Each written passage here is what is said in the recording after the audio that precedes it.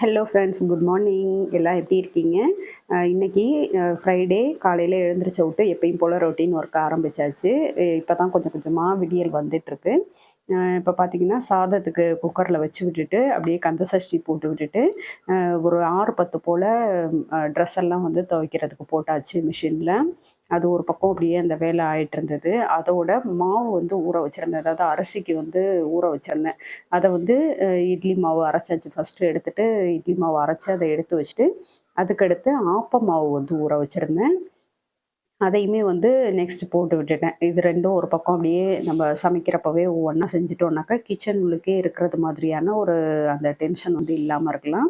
அதோட காலையில டிஃபனுக்கு வந்து இன்னைக்கு சப்பாத்தி தான் பண்ணேன். சப்பாத்தி மாவு வந்து ஊற வச்சிருக்கேன். அதுக்கடுத்து ஒவ்வொன்றா போட்டு ஹாட் பாக்ஸில் போட்டு வச்சுட்டேன். இன்றைக்கி காலையில் ஃபஸ்ட்டாக சரவணன் தான் வந்து சாப்பிட வந்தது. ஒரு 7:30 மணி போலலாம் வந்து ரெடி பண்ணியாச்சு. அவர் தான் ஃபஸ்ட்டு குளிச்சுட்டு வந்துட்டு சாப்பிட்டாரு. இதுக்கு வந்து தக்காளி சட்னி பண்ணியிருந்தேன். ஸோ காலையில் டிஃபன் வந்து இதுதான். மதியத்துக்கு பார்த்தோன்னா, இன்றைக்கி வந்து தக்காளி சாதம் பண்ணினேன். அந்த பேலன்ஸ் சாதத்தை வந்து எடுத்து தனியாக வச்சுருக்கேன். அதுக்கு தயிர் வந்து வச்சுருக்கேன். அதோட தக்காளி சாதம் பண்ணதையும் பார்த்துடலாம். நான் வந்து தனித்தனியா அந்த செய்வோம் இல்லையா? செஞ்சுட்டு சாதத்த கொட்டி பெரட்டுவோம் இல்லையா? அந்த மாதிரி தான் பண்ணுவேன். ஒரே அந்த ஒன் பாட்டு சாப்பாடா வந்து பண்ண மாட்டேன். அதுக்கடுத்து உருளைக்கிழங்கு வந்து வேக வச்சு, அத வந்து இந்த மாரி மசாலா போட்டு செஞ்சு வச்சுருக்கேன். டிஃபன் பாக்ஸும் பாப்பாவுக்கு வந்து லஞ்சுக்கு ரெடி பண்ணி குடுத்துட்டேன். இது வந்து தட்டப்பயிறு.